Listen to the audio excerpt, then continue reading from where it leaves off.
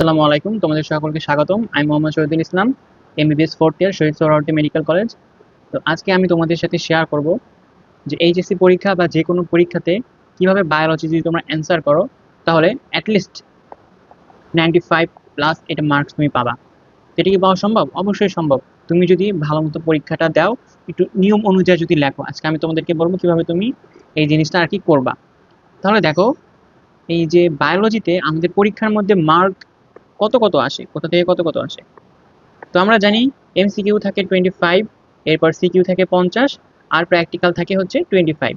তো এখান থেকে আমাদের হাতে থাকে কোনটা? আমাদের হাতে মেইনলি থাকে কিন্তু এই এমসিকিউ আর সিকিউ। এই প্র্যাকটিক্যাল এটা মনে করো কলেজ ওয়াইজ দেয়, অনেক জায়গায় 25 দেয়, অনেক জায়গায় মনে করো কত 22, 23, 24, এটা ভ্যারি করে। এটা নিয়ে এত টেনশন করার দরকার নেই। এখান থেকে মনে করো তুমি 23-24-এর মতো একটা ভালো একটা মার্কস তুমি কিন্তু এখান থেকে পেয়ে যাবা। তাহলে তোমার চিন্তা করতে হবে কোনটা, এমসিকিউ আর সিকিউ। তো চলো আমরা দেখি কিভাবে এমসিকিউ আর সিকিউ গুলো তোমরা আর কি অ্যান্সার করবা। তো দেখো, পরীক্ষার সময় এমসিকিউ গুলা তুমি কিভাবে দেখাবা। সবার আগে তো তুমি পাইলা দুইটা দুইটা কাগজ পাবা, একটা এমসিকিউ পূরণ করার জন্য, আর একটা হচ্ছে তোমার প্রশ্নপত্র। তো সবকিছু ঠিকঠাক মতো করে রাখবা, ফিল আপ ভালো মতো করবা। এখন তুমি এইচএসসি দিতেছো, এর আগে যে এসএসসি সব পার করে আসো, এগুলো তুমি জানো, এগুলো তোমাকে বলার কিছু নেই। তো এখন তুমি কোশ্চেন থেকে কিভাবে তুমি শুরু করবা। তো কোশ্চেনগুলো এমন প্যাটার্নে থাকে যে মনে করো 60% অনেক ইজি থাকে, তারপরে 20% একটু মিড লেভেলের, এরপর 20% একটু হার্ড।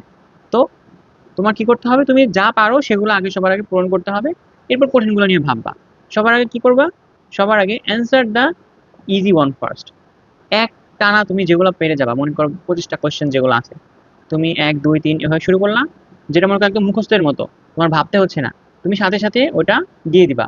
আর যেটা মনে করো না তোমার 30 সেকেন্ড ভাবতে হবে, একটু কিছু করতে হবে, ওটা গ্যাপ, ওটা বাদ রেখে যাও, তুমি ওটা আবার পরবর্তীতে করবা। সবার আগে কি করবা, শুধুমাত্র যেগুলো সরাসরি করা যাচ্ছে সেগুলো অ্যান্সার করবা। কি, skip the time consuming one. মনে করো তুমি এটা শিওর না এটা কোনটা অ্যান্সার হবে, তোমার একে ওকে জিগাইতেছো বা বারবার মনে করতেছো, এখানে তোমার 30 সেকেন্ড, 1 মিনিট সময় চলে যাবে। তো এগুলা বাদ, এগুলা আমি পরে করব। সবার আগে একটা না যা পারা যায়। তাহলে কি হবে, তোমার 25 মিনিটস টাইম থাকবে। এর মধ্যে তুমি দেখবা 10 মিনিটেই তুমি পুরাটা, 10 মিনিটও লাগে না, 7-8 মিনিট লাগে। 7-8 মিনিটের মধ্যে কি হবে, তুমি একদম 1 থেকে 25 পর্যন্ত একবার ঘুরে আসবা। দেখবা তোমার কয়টা শেষ জানো, তোমার 16 থেকে 18টা এমনি তোমার হয়ে গেছে।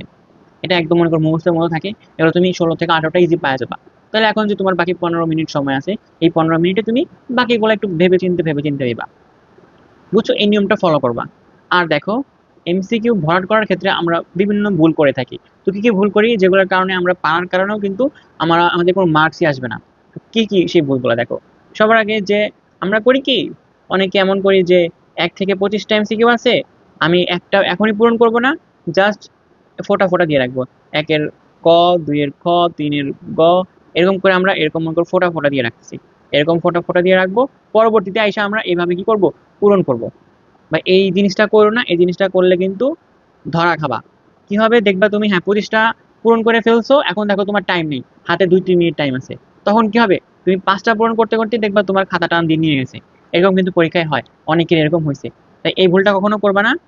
মনে করো তুমি একের খ নাম্বার শিওর হয়েছো, তুমি একের খ নাম্বার কি করবা, একদম এভাবে তখনই ফিল আপ করে দিবা। দুইয়ের গ নাম্বার তুমি শিওর, গ নাম্বার হ্যাঁ তুমি এখনই ফিল আপ করে দিবা। তুমি এভাবে করে রাখবা না যে 3-এর ক, 4-এর ক, 5-এর গ, 6-এর গ, এরকম করতে করতে 25 পর্যন্ত করলা। তারপরে তুমি আবার প্রথম থেকে আইসা এরকম একটা একটা ভরাট করবা, একটা একটা ভরাট করবা, একটা একটা ভরাট করবা। এরকম করো না, এরকম করলে অবশ্যই তুমি কি হবে, লাস্টে দেখবা প্যারা একটা খাইতেছো। তেমন হইতে পারে তুমি 25টা সঠিক দেখাইছো, কিন্তু টাইম না থাকার কারণে তুমি ফিল আপ করতে পারো নাই। তাহলে কিন্তু অনেক বড় একটা সমস্যায় পড়ে যাবা। তো এটা তো বললাম এমসিকিউ এর ক্ষেত্রে। তাহলে আমরা সিকিউ এর ক্ষেত্রে কি করব দেখো। সিকিউ এর ক্ষেত্রে আমাদের কয়টা থাকবে, 8টা কোয়েশ্চেন থাকবে, 8টার মধ্যে আমার 5টা সৃজনশীল লিখতে হবে, 5টায় 50। তাহলে দেখো বায়োলজির যে কোয়েশ্চেনগুলো থাকে এগুলোতে 9-10 পাওয়া কিন্তু ইজি। 8 তো সর্বনিম্ন মনে করে একটু লিখলেই পাওয়া যাবা। তো 9-10 পাওয়াও অনেক ইজি, এগুলো পাওয়া যায়। তো আমাদের টার্গেট থাকবে আমরা 9.5 বা 10 এরকম মার্কস পাবো। তো সেজন্য আমাদের যে কোনো সৃজনশীল দিলে হবে না, আমাদের একটু সৃজনশীল বাঁচতে হবে যে আমরা কোন কোন সৃজনশীল দিব। তো দেখো, যেসব সৃজনশীলে বেশি মার্ক পাওয়া যায় বায়োলজির ক্ষেত্রে, সেগুলো কি কি। এক হচ্ছে যেগুলো ম্যাথ থাকে, যেগুলো কিছু ম্যাথ থাকে। তো বায়োলজিতে আবার ম্যাথ আছে নাকি, হ্যাঁ কিছু কিছু জায়গায় ম্যাথ আছে। মনে করো হার্ট রেট এগুলো দিয়ে দিল, তারপরে মনে করো আর যা যা আছে জিএফআর, এগুলো যদি তারা দিয়ে দেয়, তারপরে কার্ডিয়াক সাইকেল, এসব যদি দিয়ে দেয়, ওইখানে কিন্তু ডাইরেক্ট ম্যাথ, ওগুলো কিন্তু তুমি একদম ইজিলি করে ফেলবা। তারপরে মনে করো এই যে এটিপি 38টা না কয়টা সেটা বের করো, তারপরে কত কিলো ক্যালোরি, তারপরে আছে কি বিএমআই, বিএমআর, এগুলো যা আছে, তারপরে দাঁতের যেগুলো আছে, এগুলো কিন্তু তুমি ম্যাথের মতো মার্কস পাবা, বুঝছো? একদম ম্যাথের মতো মার্কস পাবা। তো এইগুলো যদি থাকে সেগুলো সবার আগে দিবা। এরপর আরো আছে, দেখো এই যে আমরা যে বিবর্তনের অধ্যায় অথবা জিন তত্ত্বের যে অধ্যায়, সেখানে মেন্ডেলের যে সূত্রগুলো আছে, যেমন 9:3:3:1, এটা প্রমাণ করে দেখাও, বা এইটার প্রকটতা সমপ্রকটতা, ওগুলা বের করো। তো ওইগুলো যদি আমরা করি, ওগুলোও কিন্তু ম্যাথের মতো মার্কস পাবা। তুমি লেখলে, তুমি জায়গা না লেখো ভিতরে একটু একটু লেখলে, লাস্টে তোমার এটা প্রমাণ করে দিলেই কিন্তু তুমি ম্যাথের মতো ফুল মার্কস পাওয়া যাবা। তাহলে এই ম্যাথ রিলেটেড যেগুলো আছে সেগুলো সবার আগে সৃজনশীল আমরা বাঁচবো।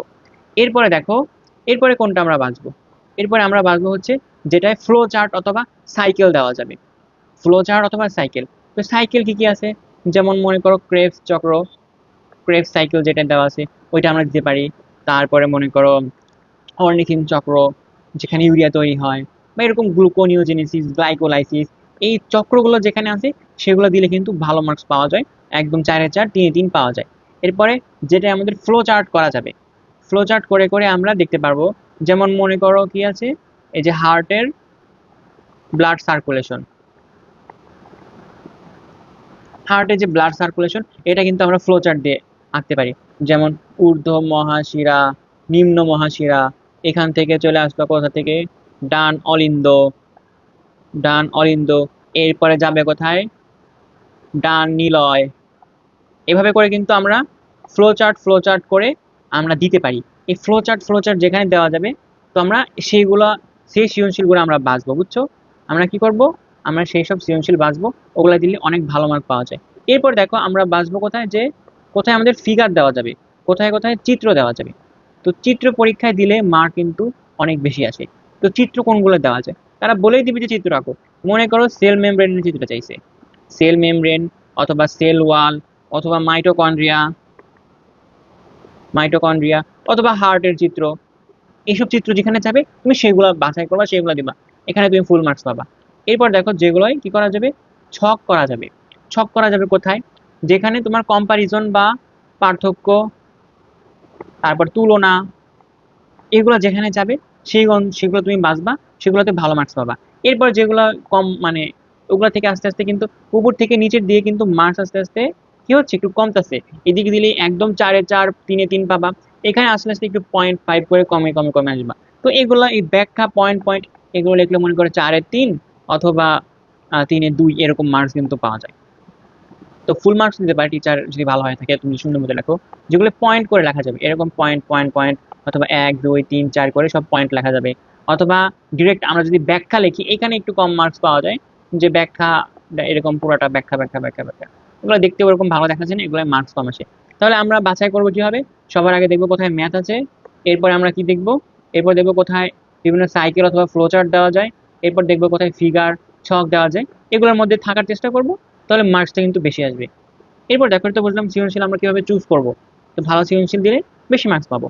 এরপর দেখো আমাদের আরেকটা জিনিস খেয়াল রাখতে হবে, যে সৃজনশীলটা আমরা একটা স্ট্যান্ডার্ড উপায়ে লিখবো, যেভাবে লিখলে খাতাটা সুন্দর দেখা যায়, পরিষ্কার পরিচ্ছন্ন থাকবে, তোমার বিভিন্ন কালার দিতে হবে না, তুমি মোটামুটি মানে লিখলে পারে হবে।